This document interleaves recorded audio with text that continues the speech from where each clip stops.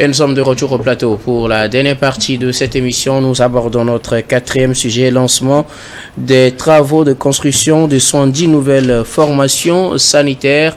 Les ministres en charge de l'accès universel aux soins et ceux de l'enseignement primaire, technique, primaire, secondaire et technique ont lancé jeudi dernier à Kouma Damé les travaux de construction des formations sanitaires. Au total, ce sera 110 formations qui seront construites sur une période normalement de 6 mois et avec un coût total de 8,3 milliards de francs CFA. Ceci rentre dans le cadre de l'implémentation de l'assurance maladie universelle. On sait qu'il faut quand même des centres de santé pour prendre en charge les Togolais qui, normalement, l'AMU aussi, ça devrait couvrir tous les Togolais. Donc, à échéance, on devait avoir beaucoup de centres pour prendre en charge les Togolais. Et c'est la construction de ces centres qui est en cours. 110 nouvelles formations sanitaires donc seront construites au Togo, en plus de celles qui ont été construites toujours dans le cadre de ce projet-là l'année dernière. Je commence par qui veut prendre la parole en premier. Prosper Agoukou, voilà. Non, la santé, c'est, je crois, quand même primordial. L'État a le devoir, c'est un devoir régalien pour l'État de subvenir justement à aider les populations à subvenir à leurs besoins sanitaires. Et pour cela, il faut des centres de santé. Et dans le projet gouvernemental 2020-2025, ça fait partie quand même d'une projection qui a été faite comme la construction des écoles et autres là. Les unités sanitaires également font partie donc de ce projet-là. Et entre-temps, il y en a eu déjà quelques-uns qui ont été construits, qui ont été faits. On nous a annoncé la construction d'un certain nombre il y a l'année dernière. Et la dernière fois, je crois que ce n'est que la suite logique donc, de ce programme-là qui a été donc exécuté par les deux ministres. Vous savez, comme quelqu'un l'a dit hors micro, les ministres se soutiennent dans l'action parce qu'il y a aussi la solidarité gouvernementale et souvent la santé incombe un peu plus aux enfants. Donc la présence du ministre de l'éducation est un appui formel pour que ce programme-là soit exécuté. Et ça, je crois que là où moi je voudrais en venir, c'est la disponibilité. C'est vrai, on a dit 6 mois. Il faut que les ouvrages soient livrés dans les 6 mois parce que l'argent pour le faire est déjà là. Ce n'est pas qu'on va aller chercher de l'argent pour le faire. Si on nous a annoncé les 8 milliards 3, c'est dire que l'argent est disponible sur les comptes déjà. Maintenant, ce sont les appels. Ce sont les appels parce que entre-temps, quand le ministre Kokoroko avait fermé le lycée, je crois, de 2 février, il a dit que s'il a fermé en ce moment, c'est parce que l'argent est disponible pour qu'on puisse construire, faire le travail. Ce n'est pas pour aller chercher de l'argent. Donc, je crois que il fait partie encore des promoteurs donc de ce projet-là. Il faut, je pense que l'argent est disponible et ça doit être sûr. Sinon, on n'aurait pas encore fait donc l'inauguration. Donc, pour moi, c'est la construction de l'ouvrage. Il faut que ceux qui sont appelés à exécuter, quand on fait des appels d'offres, parce que on nous a dit que les choses ne se font plus gré à gré. C'est des appels donc d'offres et qui permettent donc à des gens qui viennent déposer, qui en font les demandes et qui sont comme on appelle agréés pour pouvoir le faire. Alors à tous ceux qu'on va donner comme on appelle l'opportunité de construire ces centres, qu'ils le fassent dans la mesure du plan qu'on leur a donné de faire. C'est la construction dans les normes. Parce que souvent, vous allez voir, on commence et après on dit il n'y a plus de fonds disponibles pour le faire. Que les devis soient faits dans les normes pour que nous n'en arrivons pas à avoir ces choses-là. Maintenant, quand on donne 6 mois, c'est que l'ouvrage doit être surveillé régulièrement. Voir ceux qui ont le projet en exécution doivent avoir donc un plan d'action pour pouvoir surveiller les projets afin que lorsque comme on appelle ces constructions-là sont faites, soit tout simplement livrées dans les normes qu'il faut, que leur utilisation réponde donc aux exigences. Vous savez que en début du mois début d'année, l'AMU est rentré subitement en exécution. Chaque employé, que ce soit du secteur privé ou du secteur public, doit payer 5% donc de son salaire pour pouvoir comme on appelle, bénéficier des soins médicaux plutôt. Donc pour moi, c'est une bonne chose. Il faut qu'on aille jusqu'au bout pour que, comme vous l'appelez, la couverture universelle de la santé soit donc réelle dans notre pays. Souvent, qu'est-ce qui se passe en Afrique? On lance les projets, les gens viennent, on leur donne le marché et ils font le truc parfois à mi-chemin. Et on nous dit après que on va relancer ce projet-là, on va relancer le projet. Pendant ce temps, il y a des gens qui subissent donc le contrefait, le coût de ce manquement-là. Donc pour moi, aujourd'hui, c'est une bonne chose que le lancement soit fait. On voit le gouvernement en action. Ça, c'est des actions qui sont posées. Ce ne sont pas de bonnes intentions, mais c'est de bonnes actions qui sont posées. Il va falloir donc que ces actions-là posées puissent bénéficier à la population. Ça, peut-être pour moi, c'est l'objectif principal. Pour que lorsque nous ayons, quand vous rentrez dans nos soins de santé, je ne sais pas à quelle proportion, quelle sera la proportion, quels sont qu'on appelle les services qui seront, qu'on appelle affectés à ces centres de santé.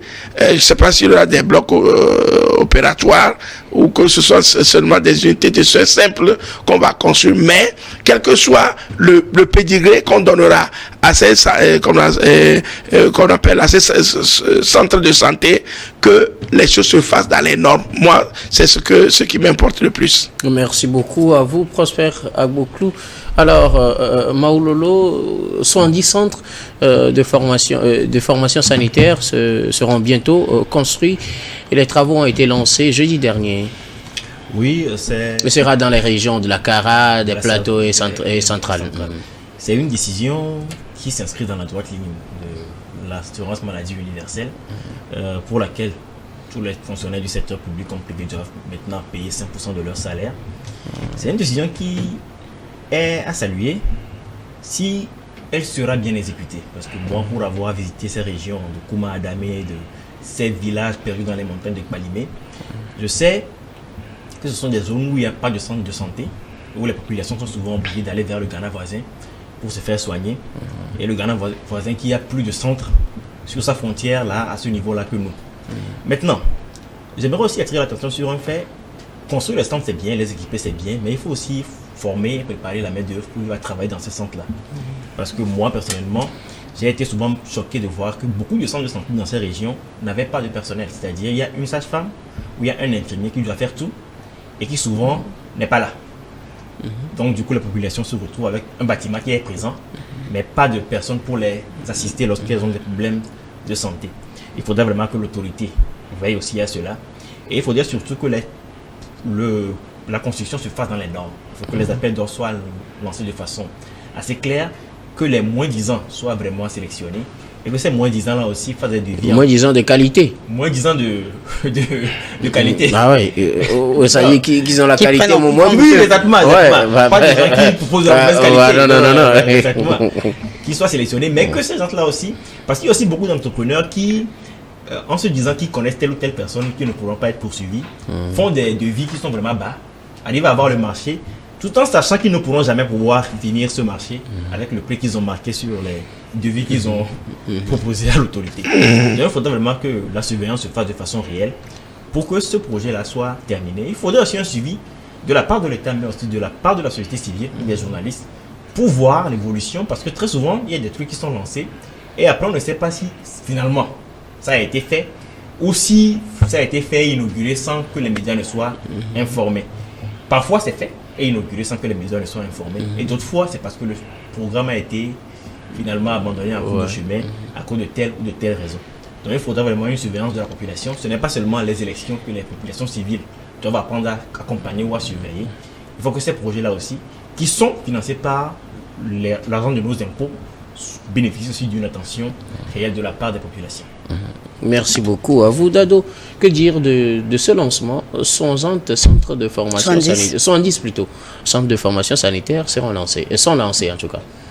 Non, c'est une bonne nouvelle quand nous savons que dans les communautés aujourd'hui, la question de la santé ou de l'accès au centre de santé est un peu délicate. Donc c'est une bonne nouvelle pour les communautés de savoir que d'ici 6 mois, 7 mois, ils auront accès à des centres de santé proches d'eux. Mais en même temps, on va peut-être souhaiter, souhaiter que ces centres soient opérationnels dans la durée et permettre à ce que les communautés puissent facilement y accéder. Parce que des fois, on a l'existant, c'est-à-dire il y a le dispositif qui est là, mais la question de l'accès pose problème. Peut-être à cause des moyens financiers, peut-être à cause de l'indisponibilité de la ressource humaine à y être. Donc tous ces paramètres-là, j'espère que l'autorité a pensé à tous ces détails.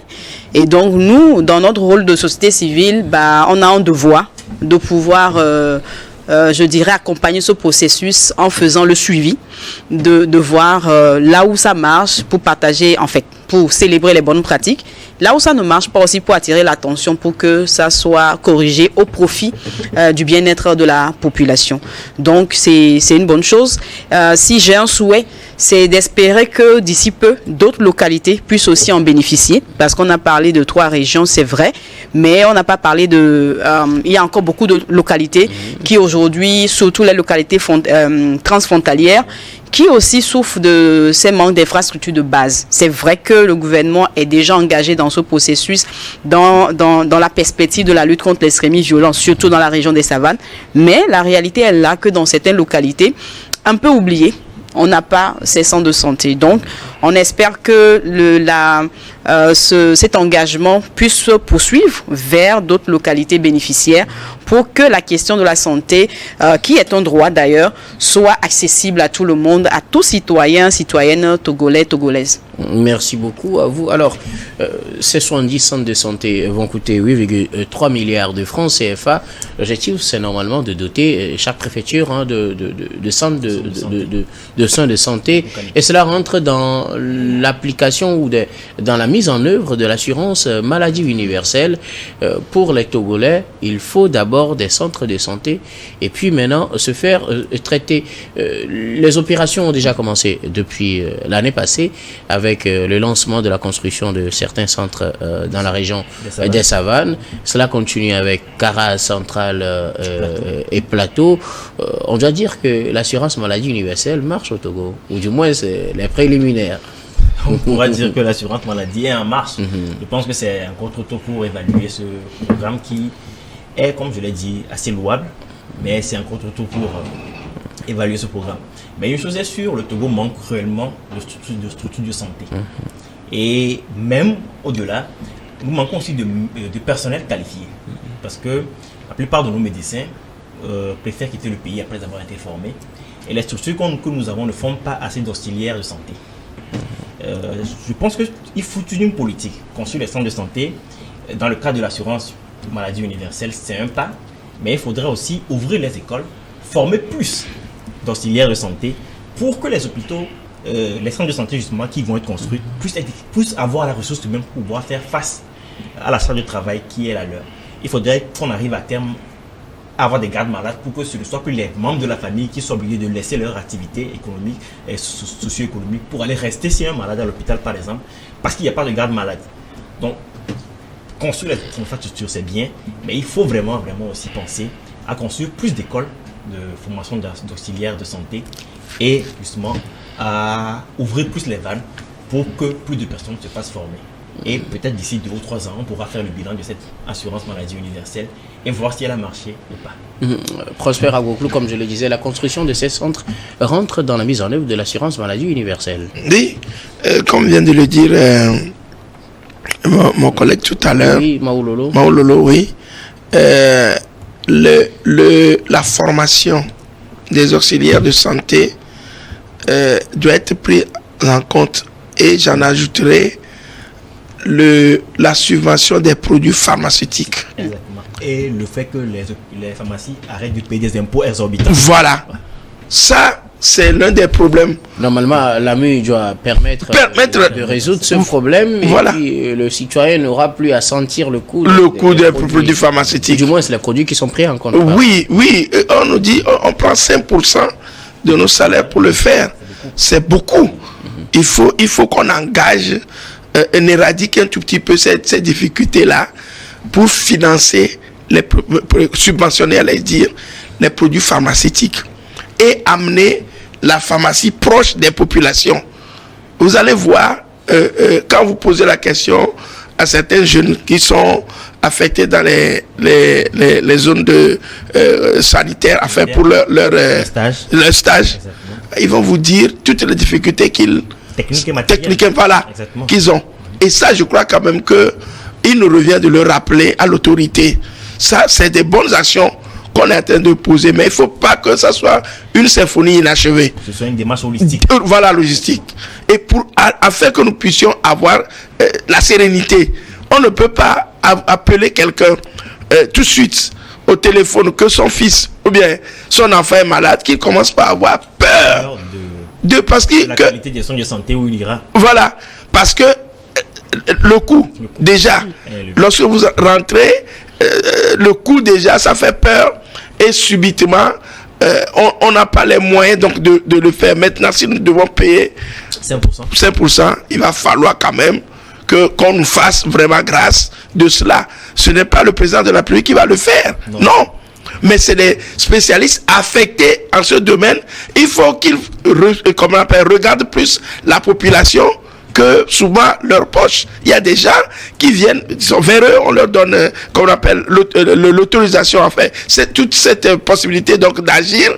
Et quand ils viennent, ils foutent de la merde. Donc je crois quand même qu'aujourd'hui, et moi j'en appelle à la responsabilité du président de la République, qu'il soit vraiment, comme lui-même le fait, il se promène pour aller voir les choses. Aujourd'hui, il est sur le terrain, qu'il demande qu'on lui fasse des rapports, et comme on appelle, voilà, pour que nous puissions être sûrs que notre argent pris, les 5% là, qui nous coûte déjà du pied à la tête, soit vraiment utilisé à bon escient. Pour que ceux qui n'ont pas même les moyens de pouvoir payer la MU aujourd'hui, puissent en bénéficier aussi. L'essentiel, c'est de trouver la guérison. Donc pour moi, là, le côté subvention, surtout des produits pharmaceutiques et l'exonération des taxes exorbitantes sur ces produits-là doivent être donc, je dirais, un cheval de bataille sur lequel le gouvernement doit travailler pour nous. D'abord, nous les félicitons déjà pour le fait donc de prendre ces initiatives-là. Maintenant, il faut les compléter, les suivre pour que ça soit effectif. Alors, Dado, la construction de ces centres de formation sanitaire entre dans le cadre de l'application de la MU.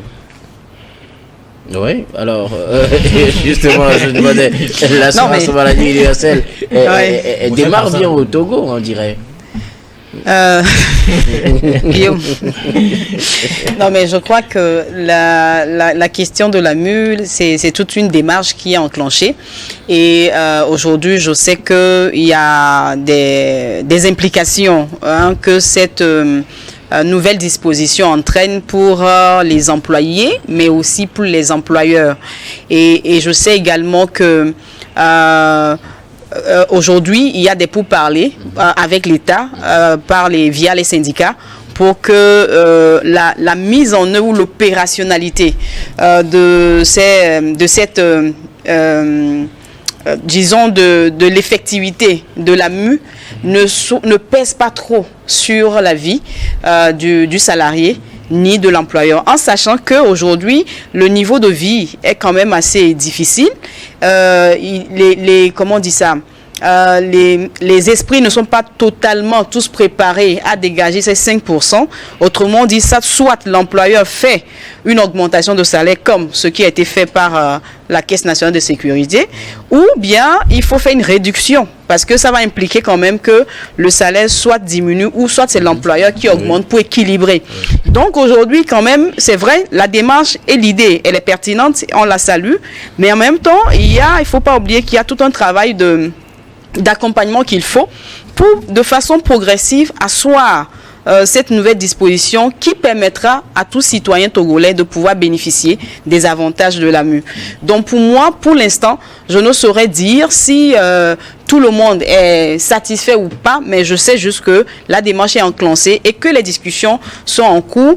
Et en tant que, je dirais, employeur, parce que j'ai aussi du personnel que je gère, déjà, ce n'est pas évident en fait, parce que c'est des charges que ça vient ajouter. Mais en même temps, je pense que l'État, dans ses mesures d'accompagnement, trouvera la formule d'aider les employeurs à pouvoir facilement mettre en œuvre cette disposition qui, on est d'accord, au final, va pour le bien-être de tout le monde. Merci. Donc, il faut une action, je crois, une mesure d'accompagnement. Merci beaucoup à vous. Nous arrivons pratiquement à la fin de ce numéro de Regard Croisé, mais avant de nous séparer, comme d'habitude, nous allons faire notre dernier tour de table pour vos mots de fin sur un sujet de votre choix. Je commence par vous, Prosper Agboklou. Non, bon, je vais escamoter un petit peu, faire un peu un toast à la tradition. J'ai toujours parlé d'une situation, en fait, d'un événement sur le plan national. Maintenant, je voudrais escamoter toute discrétion par rapport à cela pour féliciter les autorités nigériennes pour la décision de renvoyer la base américaine de leur territoire. Ça, c'est une décision courageuse et qui montre la voie à l'Africain de pouvoir se suffire de lui-même, de ne plus être assujetti à un maître qui vient lui imposer la règle, comme on appelle, les démarches faites en ce sens avec le refus du président Tchani de recevoir la délégation américaine qui s'est imposée, montre tout à fait que l'Afrique s'émancipe et nous devons le faire et nous encourageons nos chefs de l'État. D'ailleurs, au Togo, déjà, ça a commencé. Le fait que le président de la République ait pris en main, qu'on appelle la situation de l'AES, avec le transit fait par le port de Lomé, est une bonne chose. Ça, c'est le panafricanisme que nous encourageons. Merci beaucoup à vous, Prosper Agboklou. Vous êtes journaliste, analyste politique. Vous êtes également l'administrateur du site www.togofootballnews.tg. C'est bien cela? C'est cela. Merci beaucoup, Prosper. Merci à vous également. À notre invitation. Dado, vos mots de fin. Nous arrivons à la fin de cette émission. Merci. Alors, moi, je crois que en tant que délégué de WANEP, parlant paix, je vais tout simplement inviter les militants, les partis politiques à un esprit de cohésion sociale durant ce processus à double scrutin. C'est pas évident, c'est pas gagné d'avance et il faut que chacun joue sa partition. Mais aussi, je crois que récemment, je peux pas terminer sans quand même mentionner cela. Nous avons tous appris les nouvelles, en fait, les projets de révision de la Constitution qui aujourd'hui quand même fait couler beaucoup d'encre. Je crois que le cadre permanent de dialogue, de concertation des partis politiques devra pouvoir s'en saisir et traiter ça de façon pacifique et consensuelle à ce que chacun puisse trouver son compte. C'est important pour qu'on puisse quand même sauvegarder le minimum d'acquis de paix qu'il y a. Merci beaucoup. À vous, Dado Nora Noviekou, vous êtes la coordinatrice nationale de WANEP Togo. Merci beaucoup d'avoir répondu à notre invitation. Je vais terminer avec vous, Maoulolo Alidja. Merci. Mes dernières paroles et mes dernières pensées iront ce soir à Haïti, à mes frères et à mes sœurs qui sont à Port-au-Prince actuellement, qui sont dans un état complètement déstabilisé, complètement détruit. Et j'aimerais leur dire que nous sommes de tout corps avec eux. Et de toute pensée avec eux. Vous savez, en Afrique, ici, la question haïtienne est un peu passée sous silence, mais l'échec d'Haïti, c'est l'échec de la race noire. Donc, ce pays indépendant depuis des centaines d'années a subi l'impérialisme sous sa forme la plus abjecte, parce qu'on voulait montrer que les Noirs ne pouvaient pas gérer un pays. Et aujourd'hui, malheureusement, ils sont en train de réussir. Mais je pense que si le continent africain sur ce dossier, nous avons une légitimité historique et politique pouvoir appeler ces acteurs au dialogue et trouver une solution. La Ronde d'Haïti c'est la ronde de l'Afrique. Merci. Merci beaucoup à vous, Maoulolo Alidja. Vous êtes journaliste et analyste politique. Merci beaucoup d'avoir répondu à notre invitation. Merci à vous, Guillaume. Nous disons merci également à toutes les équipes techniques et rédactionnelles qui nous ont aidés à préparer et à présenter cette émission. Merci à Richard Koufanga à la réalisation, à Fofogolo et Rebecca Vessou à la caméra. Merci à Xavier Koudanou, Richard Amedessou et Senyo Wampa à la diffusion. Grand merci également à vous, très chers téléspectateurs, de nous avoir suivis. C'est la fin de ce numéro de Regard Croisé. Je vous retrouve demain avec le même plaisir pour un autre numéro.